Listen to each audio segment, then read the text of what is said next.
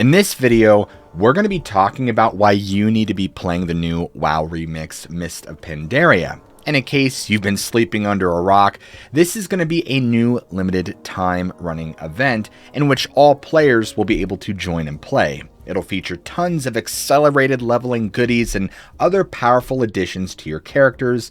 Let's dive into it. WoW Remix Mists of Pandaria is dropping on May 16th, 2024 at 10 a.m. Pacific Time. That's right, this event is a global launch, so no matter where you are playing from, you'll be diving into the action simultaneously with everyone else. Now, starting off is very simple. To create a time runner, you will be taken to your character selection screen, and then at the very top, you will see a Mists of Pandaria remix button right next to the expansion logo in the top left corner.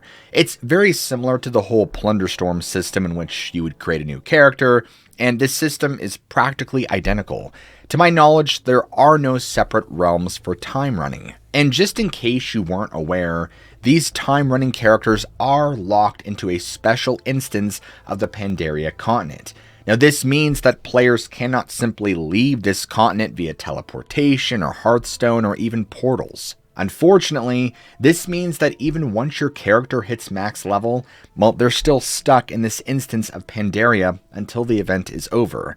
The time running event is set to end on August 19th of this year, so this is mainly going to be just for creating a bunch of level 70 ults and parking them until the War Within expansion releases. Now, unlike traditional leveling where you start off at level 1, you'll actually start off at level 10 and you'll be on the Timeless Isle. Now, you'll be put through a quick intro quest where you'll be given the Cloak of Infinite Potential at the end of it.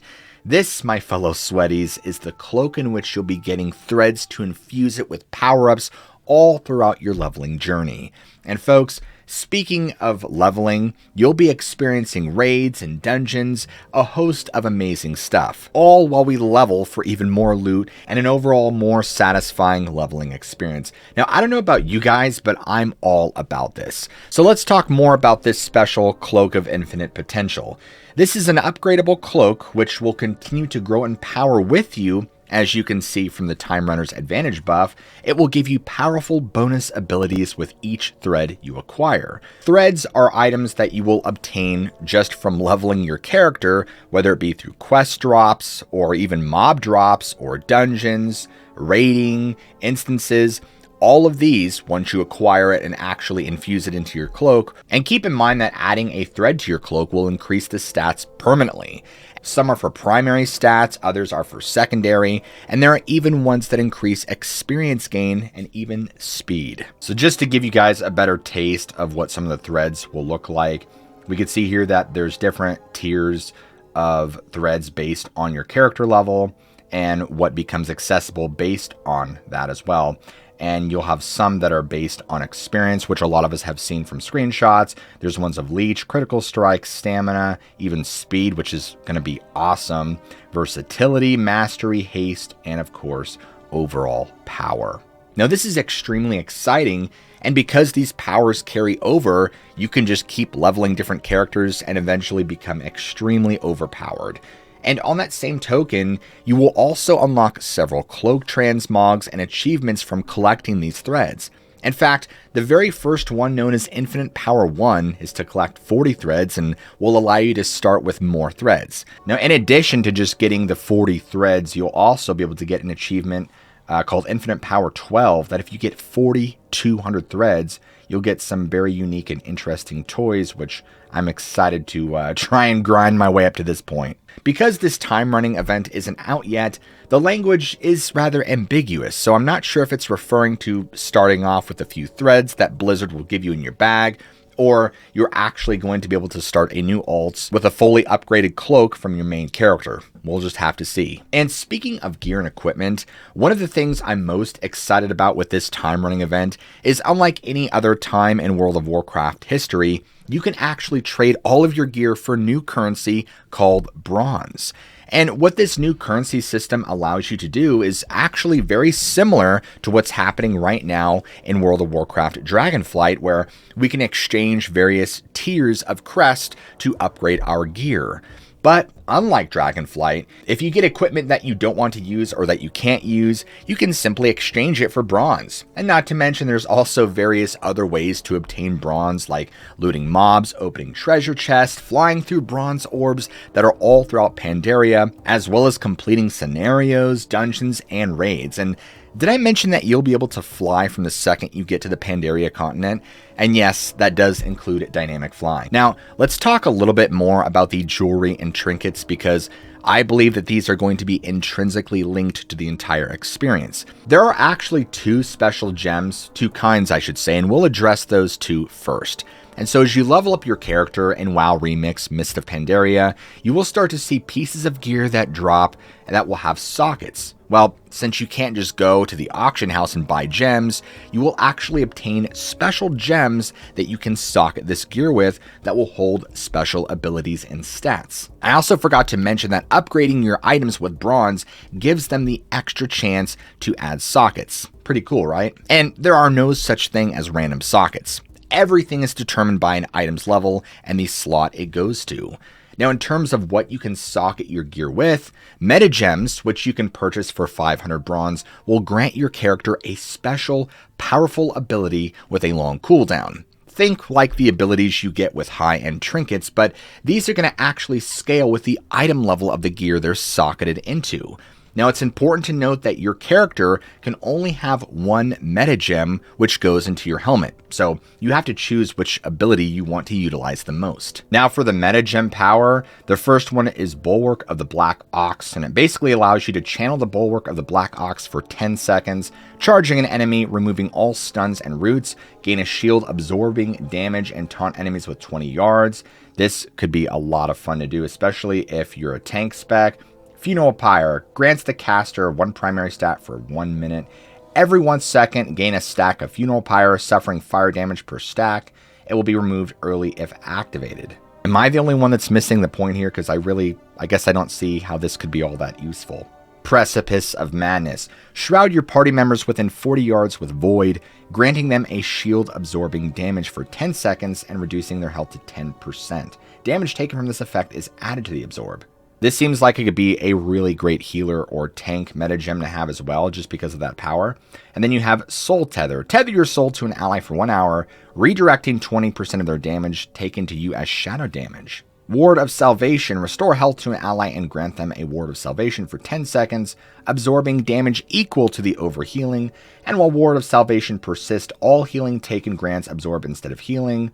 When the ward expires, it explodes, inflicting holy damage equal to the remaining absorbed to all enemies within 40 yards, split evenly. This has Paladin written all over it. Tireless Spirit grants party members within 40 yards Tireless Spirit for 5 seconds, reducing the resource cost of abilities by 100%.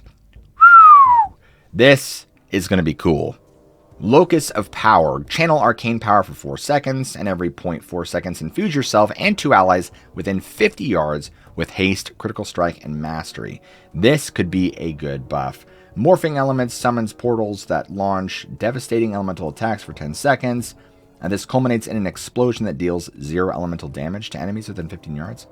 Maybe that's just set for the default. I wonder why it's 0. Oh, I see why it's 0, because I think it's by default showing you when it appears at level 10, I would assume. At least I'm hoping that's the case. I'm hoping that when you get to 70, it's probably a lot more powerful. Chi-Ji, the Red Crane, increases movement speed by 50%, grants immunity to movement and pairing effects, hopefully that includes roots, and grants the following for 30 seconds, Crane Rush, Blazing Nova. This is probably going to be the one that I'm going to go for because I'm a sucker for movement speed, especially while doing world quests and just leveling. Life Storm, summon a storm, call down 5 bolts of lightning every second. Each bolt inflicts nature damage to an enemy within 30 yards. During the storm, 3 flowers grow around the caster. After 3 seconds, the flowers bloom, restoring health and granting haste to allies for 10 seconds. That's awesome. Thundering Orb, transform into a Thundering Orb, inflicting nature damage to enemies within 30 yards. Wow. Okay. Interesting. So this seems like some of these are very defensive based. Some of them are very offensive based. I like how you have different options. Then you have this one right here, Oblivion Sphere, which is coalesce an orb of pure void that increases damage taken by enemies within 15 yards by 15% for 10 seconds. After 4 seconds, the orb explodes, inflicting shadow damage and stunning enemies. Dude, this is awesome. Another kind of gem you will be able to obtain are called cogwheel gems. Now these gems grant you a movement buff, or in some cases, a utility ability from another class entirely. Wow. I mean, for example, imagine having the mage ability to blink, or even being able to use stampeding roar. Interestingly, if you happen to get a cogwheel gem that already has an ability from your class, it will feature a separate cooldown, which I'm not sure if that means essentially you get 2 separate instances of that ability. I mean, it does seem to be the case as of right now. And you could purchase these for about 400 bronze, and you can only choose one to go on your feet. So check these out. So for cogwheel gems, we have Soul Shape, which is turned into a Vulpin for 12 seconds, teleporting you 15 yards forward and increasing movement speed by 50%. You may reactivate Soul Shape every 4 seconds to teleport again.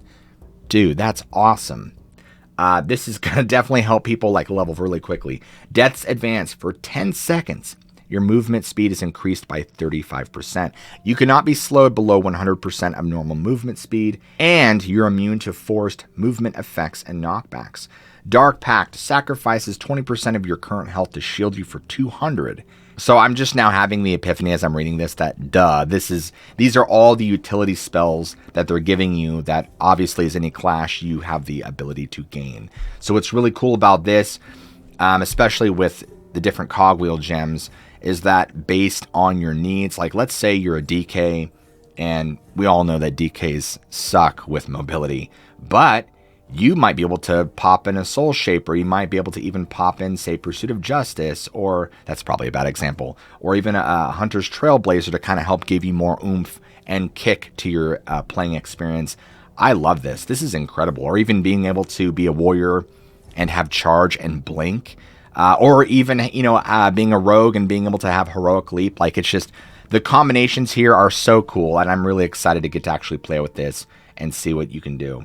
Let's cover the more basic gems. These are known as Tinker Gems and Prismatic Gems. So the Tinker Gems will also grant the character a variety of special effects, which can be both offensive and defensive.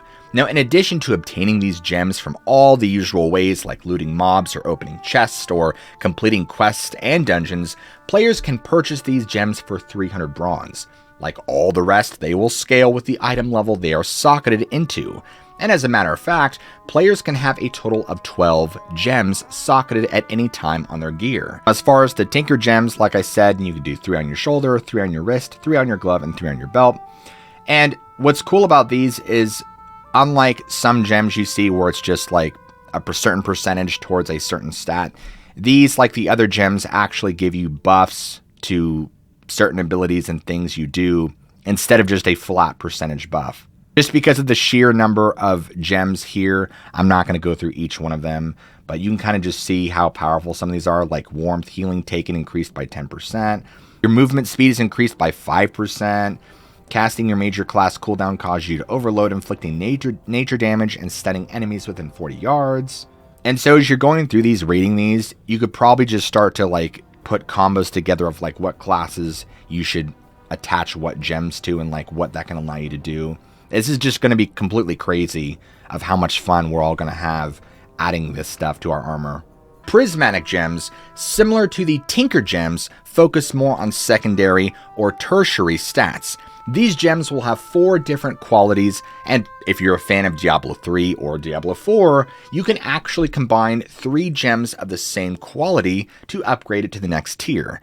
So what this means is if you want a legendary gem, you will need 27 common gems of that same kind. And like everything else, you can obtain them all from the usual ways, in addition to being able to buy them for 200 bronze each. And you can have a total of 21 prismatic gems socketed on your gear. Now, these particular prismatic gems are very similar to the kind of gems you can find on the auction house. You can do 3 on your chest, legs, necklace, 3 on each ring, and 3 on each trinket. Now, gems can be obtained through the usual methods, leech, speed, armor, crit, haste, stamina, health. And obviously the higher in tier you go, the more powerful the gem is. If there's one thing that I have to wince at, even if it's slight, is there are certain achievements that for whatever reason, Blizzard decided should not be account-wide, so each character will have to earn these individually. That specifically is referring to these trinket rings and neck pieces. So this first trinket is actually pretty nice because all we got to do is just reach level 70 with our first character, or really any character, and we get this trinket that gives us 3 prismatic sockets, which is kind of cool because we can kind of customize it to how we want it, but obviously just the nature of it, it's going to be limited in power. And then we got this one, which is a Time Runner's Beacon, pretty much the same thing as this one, but it's only awarded once you complete 3 of any 6 faction war quest lines. Now in terms of rings, it looks to be pretty similar to the trinkets. You know, it just gives you more customization to the kind of power you want to enhance for your character. And it's actually awarded by running the different Pandaria scenarios on heroic difficulty. And then, of course, you have Time Runner Seal. Same thing, it kind of gives you the prismatic sockets. And it is awarded from doing all the heroic Pandaria dungeons. And in case you haven't guessed, the Time Runner's Amulet, pretty much the same thing. And it is also awarded from doing all the Pandaria raids. This could also be on normal difficulty. Now, even though these are not account-wide, I mean, it does make sense to have them specifically limited to just each character. But it would be pretty neat in Dragonflight to actually have rings and gems and trinkets like this that we can customize. We've been talking a lot about bronze and obtaining the currency, and what I haven't talked about is a more comprehensive list of rewards and things you could actually purchase with bronze other than just gems and upgrades. While those things are great, you can also purchase mounts, transmog appearances, and toys, not to mention exclusive consumables. Fortunately, there are also several locations in which you can exchange your bronze all across Pandaria. So like we talked about earlier, you have the Infinite Power 12, which gives you, these are toys, I believe, yes. So 4 different kind of toys. I believe these are them, right? Occasionally don the wings of Chi-Ji. So that's a pretty cool little aesthetic there. You get the time trial achievement, which is reach level 20. Oh, that's easy. And you get Reigns of the August Phoenix. That's pretty interesting. So, you know, just by hitting level 20, which is nothing, because you start off at level 10, you automatically get a free mount. And so then it looks like there's actually zone-specific rewards. So it looks like completing the Jade Forest achievements will give you the Cherry Blossom Trail toy, which basically allows you to walk a cherry blossom strewn path. And same thing here too, Valley of the Four Winds. You get this nice little backpack transmog, which personally I don't care at all to have. It is what it is. Krasarang Wilds, you get the keg. We have some other stuff here like the bamboo hat. Now that's kind of cool. Keep going down. Now here's where we're getting to the good stuff, right? Veil of Eternal Blossoms, you get the Reign of the Astral Emperor's Serpent. And so it looks like you either have to, it says complete 2 of the following, looking for group Veil of Eternal Blossoms, Golden Lotus, Earn Exalted, the August Celestials, Earn Exalted, Elusive Foes. Now, I'm assuming that this can be done on multiple characters. So I'm not sure, but I'm going to assume as much. So for this one, I like how they give you the option of just, you know, trying to do only 2 out of 4. You get the calf. Is this a mount? Oh, I see. It's a companion. That makes sense. Wouldn't make sense you could ride a calf, although it'd be kind of cool. And so there's some more rewards here, like the Shock Corruption Illusion by just completing one of the following, or the class armor ensembles, or the weapon ensembles. But now what's really cool is I know that there are reskinned mounts for this, but for this particular event, there's actually new and exclusive mounts, 30 of them to be exact. And all these, from what it appears to be, you can actually purchase with bronze. Now, some of them I'm down to get, but then you have ones like this, like the Amber Pterodax, and like, dude, I'm all about that. I am all about the Dax. Or the Terror Wing, which I think is pretty sick, and I'm really stoked to get enough bronze to go ahead and get that. Now, on that same token, here are 11 mounts that already exist, but are considered hard to farm. Now, obviously, these are significantly more expensive, but they can be acquired with the right amount of bronze. So these are just like, you know, Reigns of the Slate Primordial Direhorn. And you got some other cool stuff in here, like Reigns of the Thundering Onyx Cloud Serpent, the Heavenly Onyx Cloud Serpent, the Thundering Cobalt Cloud Serpent, Thundering Ruby Cloud Serpent. So yeah, I mean, we definitely got options. And of course, there's also tons of toys which we can get. Now, personally, I don't give two craps about collecting toys. I never have. I probably never will. Some of them give you some cool stuff to do, but for me, it's just meh. But I mean, they're here you could look at, and they all look pretty decent in price, although some of these are really expensive. Like this one, the Gastropod Shell, the Eternal Kin, the Mini Mana Bomb. Yeah, those are there if you want to buy them. Now, what's really cool here is that we had talked about getting the different weapon and armor ensembles, and basically for this is you can actually achieve getting those transmog sets just by doing the different content within the event. It could be several of the stuff obtained through raiding, even in like here, Shaw infused weaponry colors, clearing the tier 14 raids. And so these are just some of the examples of weapons. So some of them look pretty sweet you can get. I actually didn't do much raiding at all in Mists of Pandaria, so to kind of go back and see some of these item sets is pretty sweet, really. So they even have here some Siege of Orgrimmar weapon models. Those daggers look pretty cool. We got some swords, we got some axes, we got some stabs. We got some other various recolors and weapons and bows and guns and all that cool stuff. Now, it is important to note here that there are many vendors for Mists of Pandaria in any of the time-running locations, and you can purchase and learn these with any characters, even for the tiers or armor types that do not originally belong to them.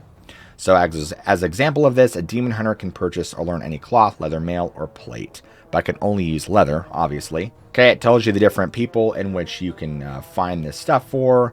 Now, what's interesting is that purchasing the class weapons requires completing the Pandaria Remix achievement. Isle of Thunder requires the achievement Landfall.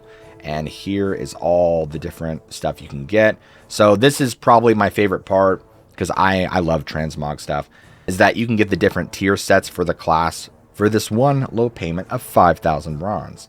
And it looks like that includes weapons as well as armor, I believe. At least here is all the armor for all the classes and the different tier sets. Now, in terms of what they look like, you can kind of just go through here and kind of just see what you can expect. And honestly, these look pretty cool.